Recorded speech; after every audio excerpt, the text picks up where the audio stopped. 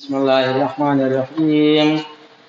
نحمد ونصلي على رسوله الكريم وآله الطيبين الطاهرين. أما بعد فقد قال الله تبارك وتعالى في كتابه المبين وهو أصدق الصادقين وقوله الحق. بسم الله الرحمن الرحيم. ادعوني استجب لكم. صلوات پڑھیں محمد اور آلہ.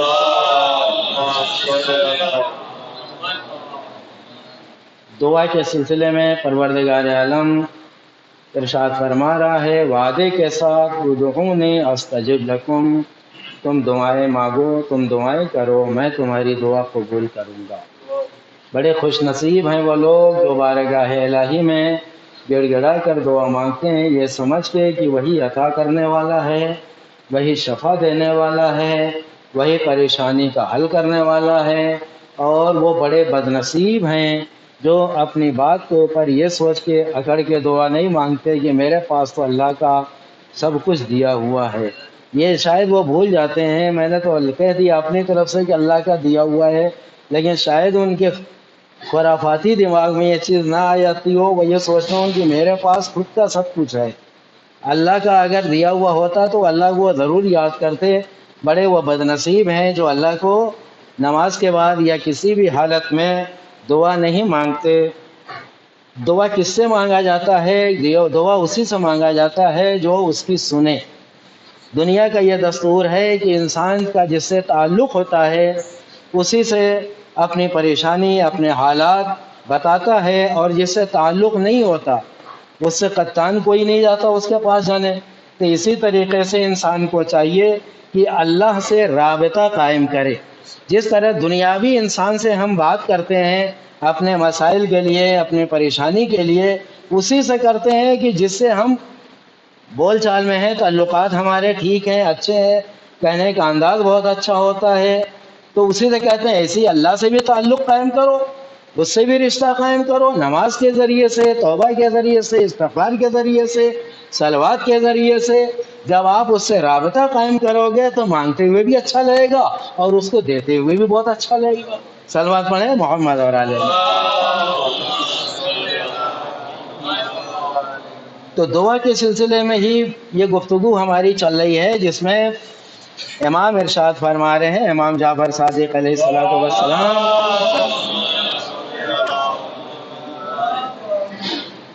چھٹے امام نے ارشاد فرمائے جو شخص چاہتا ہے کہ خدا مشکل کے وقت اس کی مدد فرمائے تو اس کو چاہیے کہ بلا کے وارد ہونے سے پہلے ہی اس کی بارگاہ میں حاضری دیتا رہے. قبل اس کے کہ آفت آ جائے، بلا آ جائے، اس سے پہلے ہی اللہ کے بارگاہ میں حاضری دیتے رہو. اور اگر خدا نہ خواستہ آ جائے گی اور آپ حاضری دیتے رہو گے اور آپ اس کے دفاع کے لیے، رفع کے لیے دعا کرو گے تو یقیناً وہ آپ کی حاجت کو قبول کرے گا. اس کی بارگاہ میں اجنبی بن کر کے نہ ہو، اجنبی کی حیثیت سے کہ جب مصیبت پڑی تو بھاگتے ہوئے چلے آ رہے ہیں، علامہ مبارک میں نعرہ بھی باندھ رہے ہیں، تعزیے میں بھی نعرہ باندھ رہے ہیں اور دعا بھی کروا رہے ہیں، بھگتے بھی آ رہے ہیں، حیران اور پریشان ہیں. تو اجنبی بن کر کے اگر آؤ گے تو وہ دعا قبول نہیں کرے گا. ایک شخص نے چھٹے امام سے سوال کیا کہ خدا کا ارشاد ہے کہ دعا کرو میں قبول کروں گا، ہے نا، ادعونی استجب لکم، تم دعا کرو، تم دعا مانگو میں قبول کروں گا. تو ایک شخص نے آگے چھٹے امام سے سوال کیا کہ اللہ یہ فرما رہا ہے کہ مجھ سے مانگو میں عطا کروں گا، لیکن ہم دعا کرتے ہیں اور دعا ہماری قبول کیوں نہیں ہوتی؟ سوال اچھا ہے، اللہ تو وعدہ کر رہا ہے کہ دعا مانگو میں قبول کروں گا. اس شخص نے آگے امام سے سوال کیا کہ ہم مانگتے ہیں کیوں نہیں پوری ہوتی؟ تو آپ نے چھٹے امام نے ارشاد فرمایا جو کچھ اللہ سے تم نے وعدہ کیا تھا اس کو بھی تم نے پورا کیا ہے. امام نے اس سے پوچھا کہ اللہ سے جو تم نے وعدے کیے ہیں اس کو تم نے پورا کیا ہے؟ بھائی جب تم نے اللہ کا وعدہ نہیں پورا کیا، جو اللہ سے وعدہ کیا تھا، جب تم نہیں پورا کر رہے ہو تو وہ کیوں پورا کرے گا؟ ایسے ہی دنیا میں بھی انسان کو چاہیے کہ وعدہ کرے تو پورا کرے. جب آپ وعدہ پورا کرو گے تو سامنے والا بھی آپ کا ہر طرح سے خیال رکھے گا. تو امام نے ورشہ ارشاد فرمایا کہ تم نے جو وعدہ کیا تھا، عہد کیا تھا، اس کو بھی وفا کیا ہے یا نہیں؟ یعنی اوامر کی پیروی اور نواہی کو ترک کیا یا نہیں؟ تم نے یہ عہد پورا کیا ہے، اگر نہیں کیا ہے تو پھر وہ تمہاری مطلوبہ چیز کیوں تم کو دے، یعنی تمہاری دعا تمہیں کیوں قبول کرے گا۔ تیسری کہ یہ کہ اگر ہم کسی شخص سے طالب امداد ہوں، یعنی دنیا کا یہ دستور ہے کہ انسان اپنے ضروریات کو لے کر کے دوسرے کے پاس جاتا ہے، اگر ہم کسی شخص سے طالب امداد ہیں تو اس کی بڑی خدمت کرتے ہیں، ہر طریقے سے اس کو راضی اور خوشنود رکھنے کی کوشش کرتے ہیں۔ اسی طرح سے درگاہ خداوند عالم میں جس کی خدمات زیادہ ہیں اس کی حاجات بھی جلد پوری ہوتی ہیں، یعنی خدا کی آپ اس کی خدمت کرو، اس کے اعمال، اس کے احکام کے اوپر عمل کرو تو ظاہر سی بات ہے وہ دعا بھی جلد قبول کرے گا۔ چنانچہ مقربان بارگاہ الہی کی دعا یقینی طور پر قبول ہوتی ہے، اور قبولیت دعا کی شرط ہی عقل حلال اور صدق مقال ہے۔ اللہ کی خدمت کے ساتھ یہ دو شرائط، حلال کی روزی اور سچ بولنا بھی ضروری ہے۔ ہم لوگ حلال کی روزی سے تو کوسوں دور ہو گئے ہیں، سچ تو ہم جانتے نہیں، ہماری زندگی میں سچ ہے ہی نہیں ہے، ہر چیز جو ہے ہمارے یہاں جھوٹ کے اوپر مبنی ہے، تو ظاہر سی بات ہے ہم حلال کھاتے نہیں، ہم سچ بولتے نہیں، تو پھر ہماری زبان میں تاثیر کہاں سے آئے گی۔ اب ہم فریاد کریں کہ ہماری دعا کیوں نہیں قبول ہوتی، تو فریاد کرتے رہو بھائی، پہلے ہمیں اپنے آپ کو دیکھنا پڑے گا کہ ہم جو کھا رہے ہیں وہ کیسا ہے، ہم جو بول رہے ہیں کیا بول رہے ہیں، آیا ہم صحیح بول رہے ہیں یا غلط بول رہے ہیں۔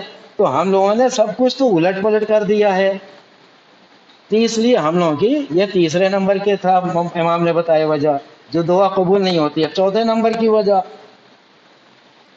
دعا کے قبول ہونے کی ایک شرط کمال معرفت بھی ہے۔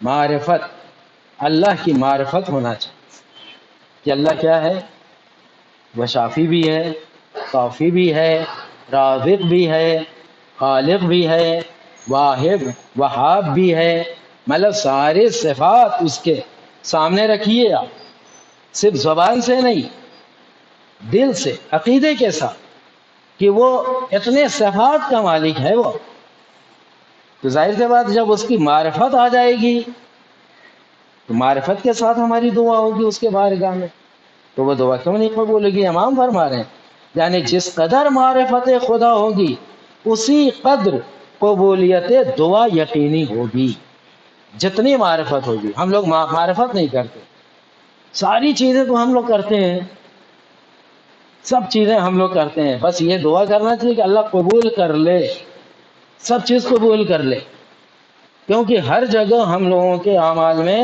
کہیں نہ کہیں سے کھوٹ، ریاکاری والی کھوٹ آ جاتی ہے، چاہے وہ عزاداری ہو، چاہے وہ عبادات نماز کی شکل میں ہو، ہم لوگوں کے دل و دماغ میں کھوٹ آتی ہے، کون سی؟ ریاکاری والی۔ اور یہ چیز جب آ گئی تو پھر ہمارے سارے اعمال بیکار ہو گئے۔ اب ہم اکڑتے رہیں کہ ہم تو ایسا کر رہے ہیں، ہم تو نے یہ کیا، ہم نے تو یہ خرچ کیا، اکڑتے رہو۔ خدا کو وہ ساری چیزیں بالکل قطعاً پسند نہیں ہیں اگر ریا آ گئی تو۔ ساتویں امام، امام موسیٰ کاظم علیہ السلام، نام آیا، ان کی آج ولادت بھی ہے، سلوات پڑھیں ایک بار اور، ابھی ایک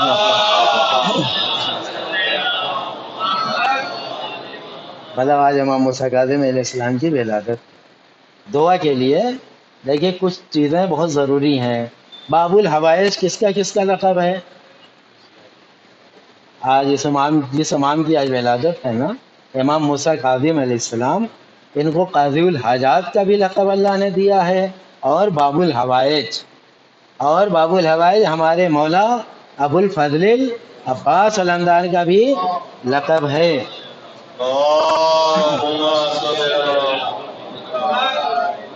اور باب الحوائج 6 مہینے کا جو شیرخوار،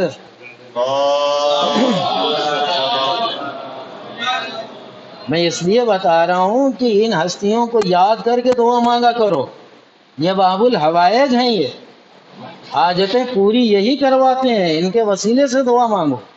بس اتنا یہ سمجھ لیے کہ امام مولا ابو الفضل عباس علمدار کے دربار میں ایک شخص اپنے بچے کو لے کے گیا حالت بیماری میں اور لے آگے پٹک دیا اور مولا سے گڑ گڑانے لگا، دعا کرنے لگا زری پکڑ کے، مولا اچھا کر دو۔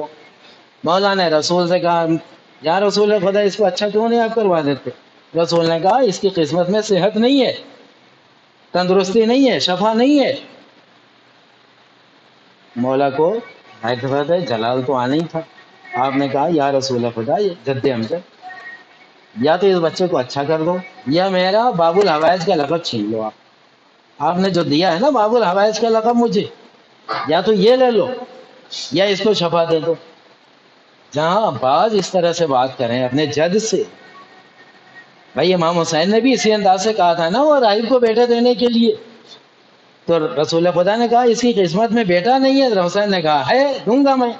ایسے ہی مولا ابو الفضل عباس نے کہا رسول سے کہ یا تو اس کو اچھا کر دو، کیونکہ وہ مجھ سے مانگ رہے ہیں، اس کے ماں باپ مجھ سے صحت اور شفا مانگ رہے ہیں، آپ مجھے اجازت دیجئے کہ میں جا کے دوں، اس کی قسمت میں نہیں ہے لیکن میں دوں گا۔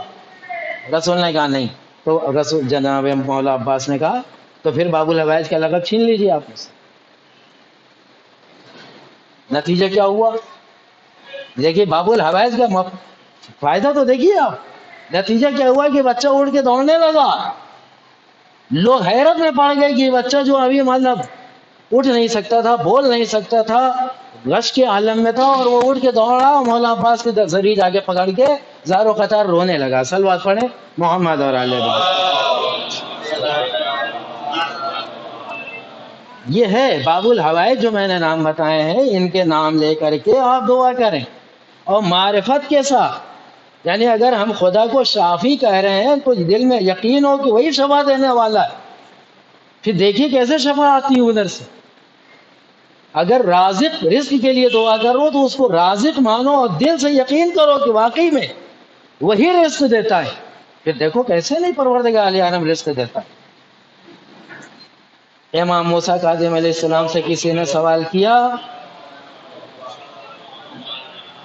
کہ یا ابن رسول اللہ ہم دعا مانگتے ہیں مگر قبول نہیں ہوتی، آپ نے ارشاد فرمایا تم اس کو پہچانتے بھی ہو جس سے دعا مانگ رہے ہو؟ کتنی پیاری بات کہی ہے، تم اس کو پہچانتے ہو؟ بھائی اجنبی طور سے آپ کسی کے پاس فون کرو کہ میرا یہ کام کر دو، وہ کرے گا آپ کا کام؟ نہیں کرے گا نا، وسیلے کی ضرورت ہے، آپ جا کے اس سے ملو گے۔ اسی طریقے سے امام نے کہا تم جس سے مانگ رہے ہو اس کو پہچانتے بھی ہو؟ چونکہ پہچانتے نہیں ہو اس لیے تمہاری دعا قبول نہیں ہوتی، پہچانو پہلے اس کو۔ جو معرفت کی بات کہی تھی نا امام نے، یہی ہے۔ پانچویں شرط استجابت دعا میں اس کی درگاہ میں الہا و زاری ہے، بندہ جس قدر اس کی عظیم ترین بارگاہ میں انکساری اور عاجزی دکھلائے گا اسی قدر وہ زیادہ متوجہ ہوگا آپ کی طرف۔ ہم لوگ کیا ہے بھاگتے بھاگتے دعا کرتے ہیں، ایسا لگتا ہے کہ بس سارا کام جو ہے بس اسی ٹائم ہم کو کرنا ہے، نہ تو خلوص ہے، نہ تضرع ہے، نہ انکساری ہے، نہ گریوزاری ہے، کچھ نہیں ہے۔ مطلب یہ ہے کہ ایک فارمیلٹی، مطلب کیا اسپیڈ سے کہا اور ایک دم سے فارمیلٹی پوری کی اور یہ جا رہے ہیں اور کہیں کہ ہماری دعا قبول نہیں ہوتی۔ بھائی 5 منٹ ٹائم تو دے دو خدا کی بارگاہ میں دعا ہی کے لیے، کیونکہ اپنے ہی لیے تو دعا مانگ رہے ہو، کسی غیر کے لیے مانگ رہے ہو۔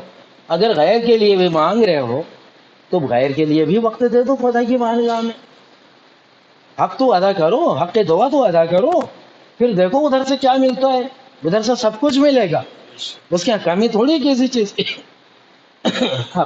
ہم لوگوں کے پاس وقت ہی نہیں ہے۔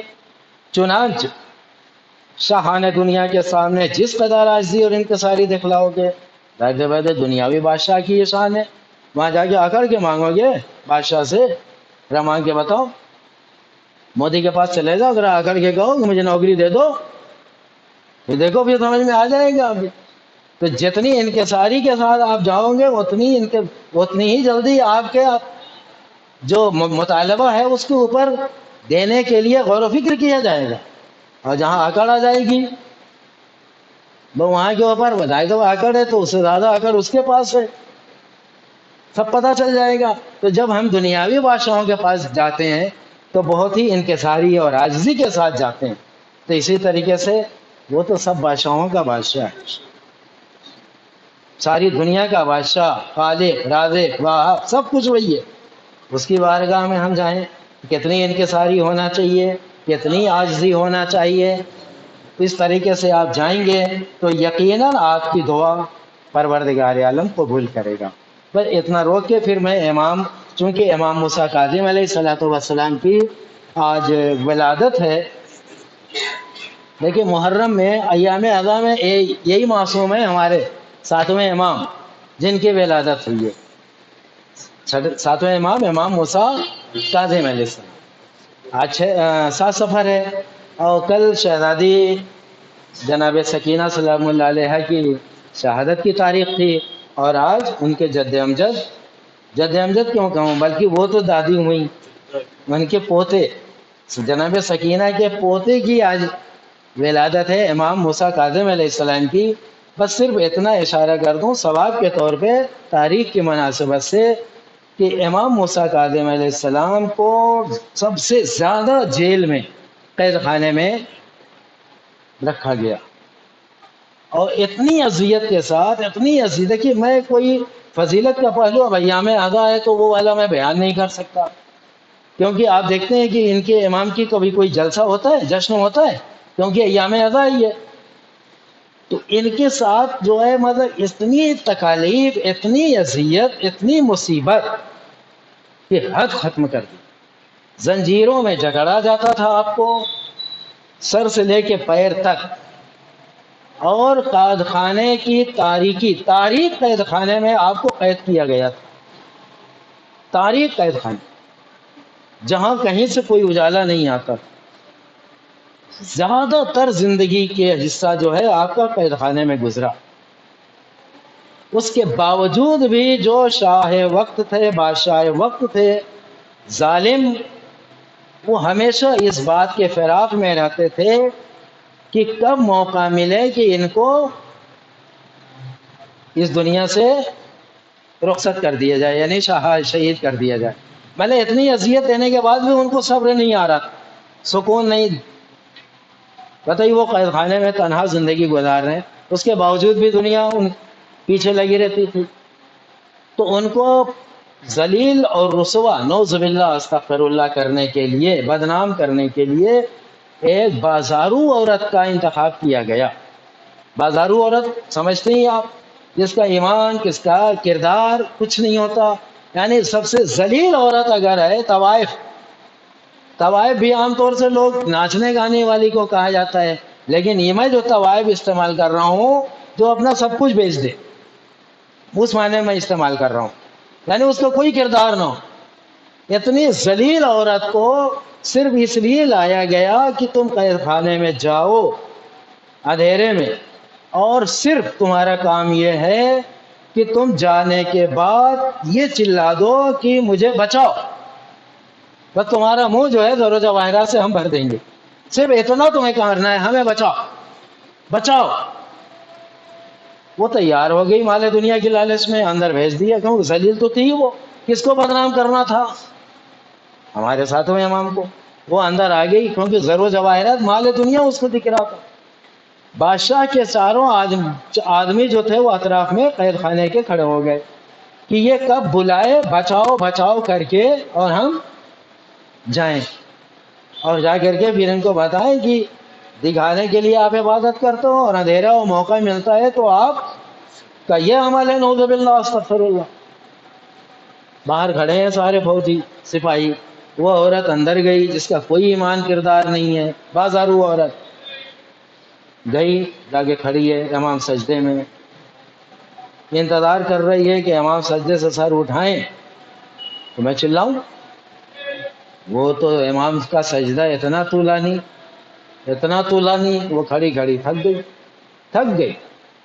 نتیجہ کیا ہوا؟ ان کے پیچھے، ان کی پیروی میں وہ بھی سجدے میں رکھ دیا سر۔ گئی کائے کے لیے تھی وہ؟ بھلا امام ایسا ہوتا ہے؟ گئی تھی وہ بدنام کرنے کے لیے، اور وہ گئی اور خود بھی امام کی پیروی میں بھی پیچھے بیٹھ کے وہ بھی سجدہ کرنے لگی۔ کئی پہر گزر گئی رات کی، باہر جو سپاہی کھڑے تھے وہ پریشان ہو گئے اوم کے، کہ نہ تو آواز آ رہی ہے اس کی اور نہ باہر نکل کے آ رہی ہے۔ نتیجتاً دروازہ کھول کے اندر گئے تو جا کے دیکھا کہ امام بھی سجدے میں ہے اور اس کی پیروکار ہو گئی تھی وہ بھی سجدے میں ہے۔ بتائیے اتنا جو بدکار عورت ہو اس کی مغفرت ہو سکتی ہے؟ وہ جنت میں جا سکتی ہے کیا؟ نہیں نا، اللہ ہمارا۔ لیکن اگر معرفت ہو جائے اور توبہ کر لے انسان تو چشمے زدن میں وہ جنتی ہو سکتا ہے، کہ اس کے یہاں کمی تو ہے نہیں کسی چیز کی۔ کبھی آپ نا امید مت ہونا کہ مجھ سے تو بہت بڑے بڑے بہت ڈھیر سارے گناہ ہو گئے۔ توبہ کر لو، استغفار کر لو، انداز یہ ہونا چاہیے۔ وہ بازارو عورت تھی، اس نے آ کے امام کی پیروی میں سجدہ کیا، لوگ اس کا بال پکڑ کے کھینچتے ہوئے لے کے گئے، اسی لیے بھیجا تھا۔ کہا بھیجا تو کسی اور مقصد سے تم نے، اور میں گئی تھی، لیکن جب میں وہ وہاں گئی اور میں نے دیکھا، انتظار کر رہی تھی کہ وہ سجدے سے سر اٹھائیں تو میں چلاؤں بولوں، لیکن وہاں تو میں گئی تو ان کے سجدے میں اتنا لطف آیا، مجھے اتنا مزہ آیا کہ آسمان سے لے کے زمین تک، در و دیوار سے، چھتوں سے، زمین سے نعرے تکبیر اور تسبیح و تحلیل کی صدائیں بلند ہو رہی۔ امام سجدہ کر رہے تھے اور پورے ماحول میں تکبیر اور تحلیل اور تسبیح کی آواز گونج رہی تھی۔ تو جو مجھے آج مزہ ان کے پیچھے سجدہ کرنے میں ملا ہے، آج تک مجھے کسی عمل میں مزہ نہیں ملا تھا۔ صلوات پڑھیں محمد علیہ۔ تو بتائیے یہ ہمارے امام کی شان ہوتی ہے کہ دشمن بھی اگر آئے برے ارادے سے تو ظاہر سی بات ہے وہ بھی امام کے جیسا بن کے جاتا ہے اگر معرفت ہو جائے۔ توبہ کر لیا اس نے، بتائیے جب توبہ کر لیا تو بھائی امام کی محبت میں توبہ کیا ہے، ظاہر سی بات ہے جو امام کی محبت میں توبہ۔ اللہ کا شکر ہے کہ ہمارے پاس ایک نہیں ہے، ہمارے تو 14 موسیٰ کاظم ہیں، 14 ہیں امام موسیٰ کا، سب باب الحوائج، سب کے نام سے آپ وسیلہ لے کر کے دعا مانگو۔ آپ کی دعا پروردگار عالم قبول کرے گا، رد نہیں ہوگی۔ بس یہ ہے تھوڑا وقت دینا چاہیے آپ سب کو، ہم سب کو، کہ اس انداز سے دعا مانگے کہ پروردگار عالم واقعی سمجھے کہ ہاں یہ ضرورت مند ہے، حاجت مند ہے، اس کے یہاں کسی چیز کی کمی نہیں ہے، وہ تو بالکل تیار بیٹھا ہے، وعدہ کر رہا ہے کہ میں دوں گا۔ ہمیں مانگنا نہیں آتا، جب مانگنا نہیں آتا تو وہ دے گا کیسے؟ جب ہم مانگنے لائیں گے صحیح طریقے سے تو وہ اپنے خزانے کا دروازہ تو کھولے ہوئے فوراً عطا کرے گا۔ صلوات پڑھیں محمد اور آل نبی۔